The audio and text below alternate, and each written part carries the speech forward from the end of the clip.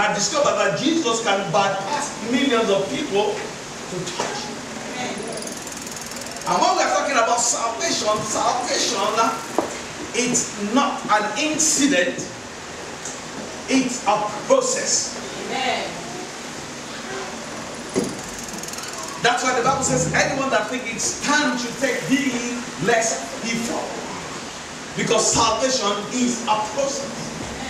Salvation is not an incident. Salvation is progress.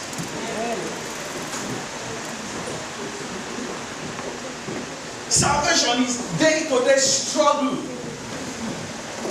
Life is about struggling. Everybody's struggling.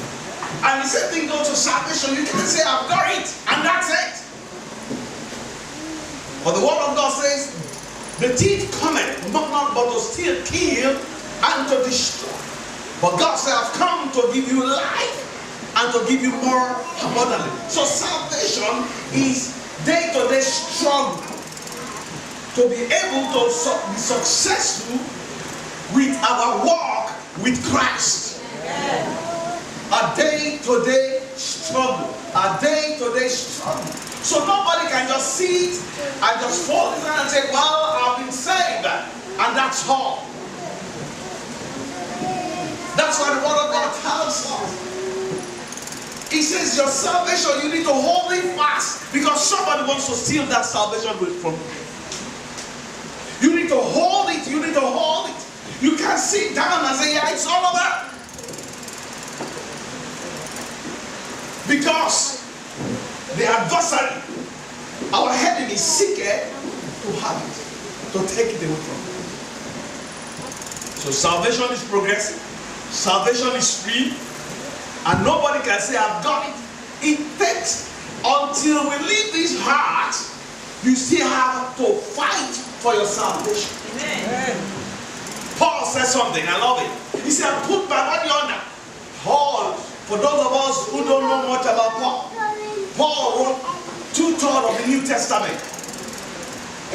He was a warrior. He has accomplished so much for God. But he says something. He said, I put my body under. That means I struggle every day. I put my body under. After I preach Christ, I will not be a castaway. So nobody can say, yes, have arrived. Jesus Christ said something. He sounded a note of warning. He says, some will come. I perform miracle in your name. I did this in your name. He said, I will tell them, go away, I know you not. He said, somebody have done so much. So it's a day-to-day struggle. Hold fast to your salvation. Tell somebody, hold fast to your salvation. Amen to Jesus. You strive. Amen. You strive for it. You hold firm for it. Every day. It's not every week. It's every day. The Bible tells us, he said, you did run well. Who hindered you? So somebody can be hindered. He said, you started very well. How come along the way you are doing well? So salvation is progressive. Salvation is about fighting. Fight the good fight of faith. It's about doing the will of God against the will of the flesh, against the will of the devil. He said, agato is to be more into doing the will of God than the contrary. That's why the Bible says we are the overcomer. What does it mean to be overcomer? That means to subdue forces. That means to subdue adversary. That means to put down every opposition. So salvation is about struggling. It's about fighting. It's about keeping a hold of it. There is a statement that says, how are the mighty falling? How many mighty men are falling? How? That's what God said, take heed. Take heed. Don't think that you are standing. He said, everyone should take it. Don't think that you are standing. Don't think that you are untouchable. Don't think you are immune to attack. He said, take heed. Hold fast. Every day has to be a fight. So that the adversary will not take advantage of us. He will not have us as a meat. Can I hear somebody? Amen. We not have us as a mate. Hold fast every day. Hold fast every day. In your prayer life every day. Every day. The reading of the word every day. Doing the will of the Lord every day. I'm going to hold fast. I'm not going to fall along the way. I'm going to keep standing. I'm going to keep running. I'm going to keep fighting. I'm going to keep running. I'm going to keep believing God. It's an every day. Amen to Jesus. Salvation is about accepting Jesus Christ as our Lord and personal Savior. It's about standing for what He stands for. It's about doing what He's doing. It's about valuing what He values. That is all about salvation. It's all so simple. But I've come to discover something. No one can do it on his own. No one can do it by his own power. No one can do it by his own strength. No one can. It takes the grace of God. No one. The grace, that means the unmerited favor. The day you accept Jesus Christ, or the day you accepted Jesus Christ, you know what happened? Something changed. There is a change of nature. Amen to Jesus. There is a change of nature. There was a transformation. He replaced your unrighteousness with His righteousness. He exchanged the filthy thoughts with His own holy. That's what happened. A transformation. Therefore, if any man is in Christ, is a new creature. All things are passed away. All things have become new. No, we no more after the flesh. So you know what happened? Your longing, your appetite for the things of God is on increase. And your appetite for the things of the devil starts decreasing. That's what happened. A change. Something happened. Something structural happened. Something that you can't explain happened within you. There's an exchange. Your imperfection with the perfection of God. Paul says something. He said before he had that experience, before he had that transformation, he said, what I wanted to do, I couldn't do that. The good I wanted to do, I couldn't do. He said, but the evil that I wanted to do, I couldn't. But immediately the transformation took place. He said, yes, I can do the good I want to do. What happened? Because something happened. The grace of God was released to walk in the newness of life. Therefore, if any man is in Christ, is a new creature.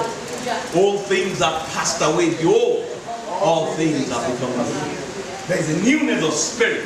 Somebody say, can you explain? This is as long as you cannot explain how a child grow in the womb of a woman. You can't explain the born again experience. It takes God to be able to, it will take God to explain it. It's a transformation that we can't explain. Amen to Jesus. Amen.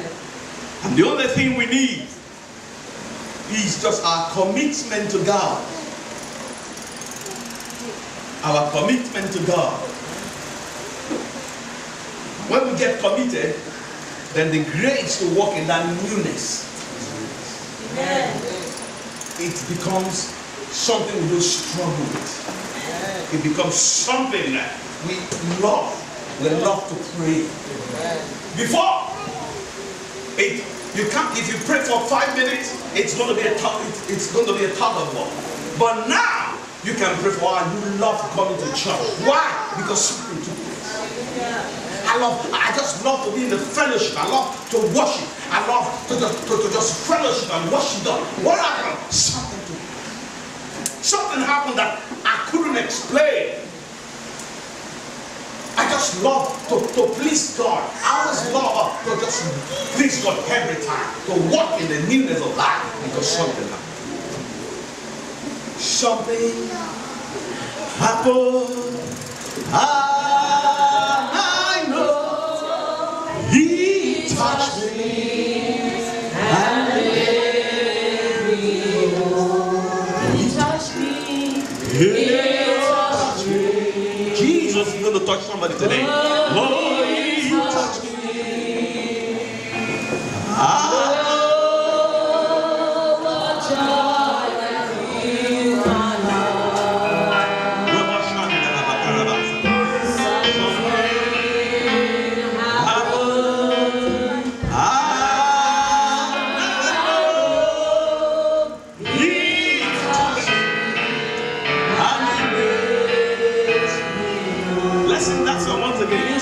He touched me. Jesus is going to touch somebody today. He touched me.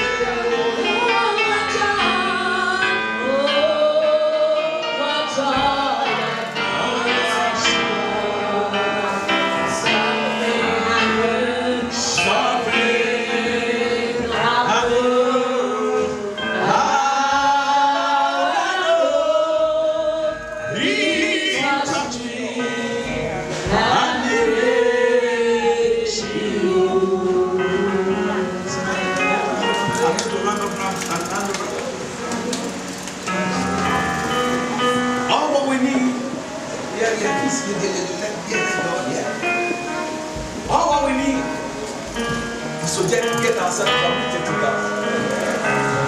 All what we need is to just open up to God. Then the grace is going to be released. But I discovered something, church. We also need to feed our spirit man with the word of God. I read a story yesterday. I'm sure probably some of you must have read it. It talks about a man who had 4 wives.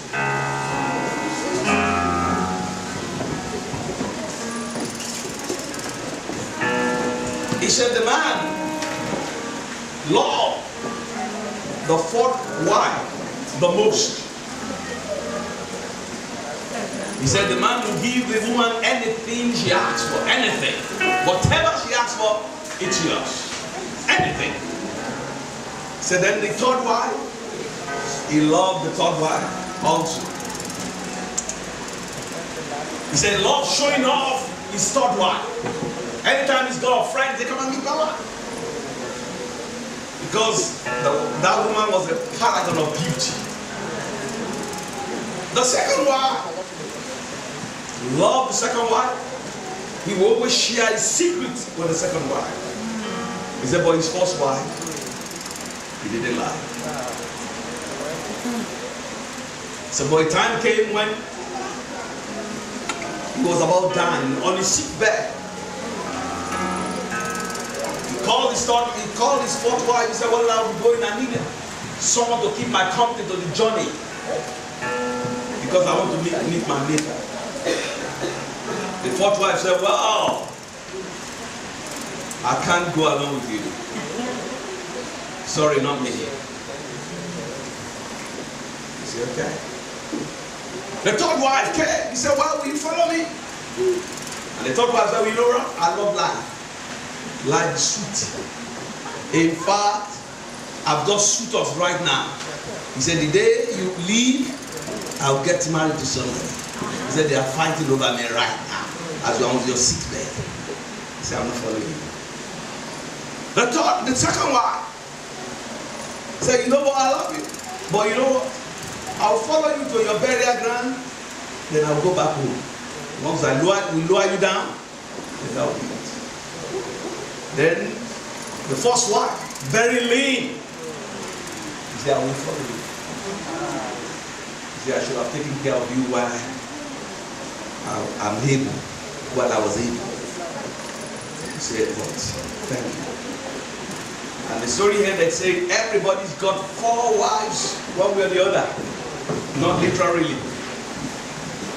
He said that the 4th wife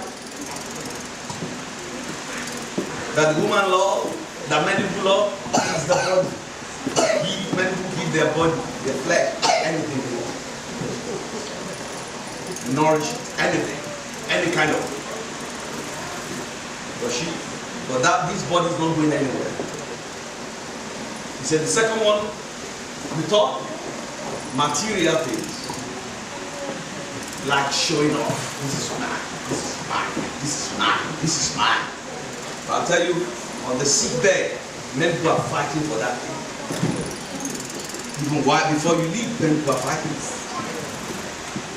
The 2nd are families. We share a secret with our family.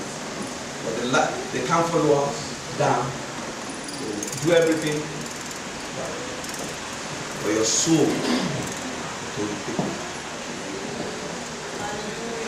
What used to gain the whole world and you lose your soul? Feed your soul. Feed your soul. It's an opportunity to start afresh. Because at the end of the day, it's going to be yours. We're going to appear before